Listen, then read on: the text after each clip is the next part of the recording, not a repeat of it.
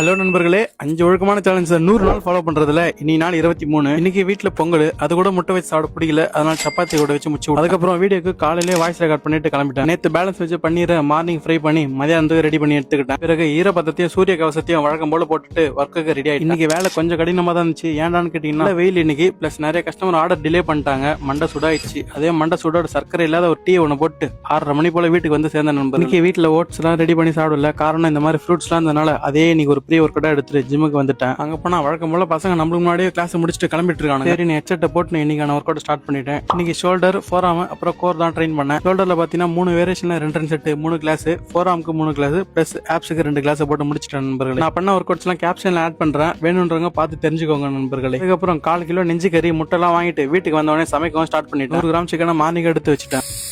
அவ்வளோதான் நண்பர்களே. சாப்பிட்டு முடிச்சதும் கொஞ்ச நேரம் கழிச்சு மீன் எண்ணெய் போட்டேன். அதுக்கப்புறம் நியாசினிமேடை போட்டேன். அது போட்டு கொஞ்ச நேரத்தில் மாய்ஸ்சரைசரையும் போட்டு முடிச்சேன். ஆல்ரெடி செம டயர்டு. சரி, நீ இவ்வளோ போட்டுன்ட்டு ஒத்தரத்தை போட்டு பாதாம் தண்ணியில் போட்டேன். அவ்வளோதான், வீடியோ முடிச்சு நண்பர்களே. ஆரோக்கியமா இருங்க.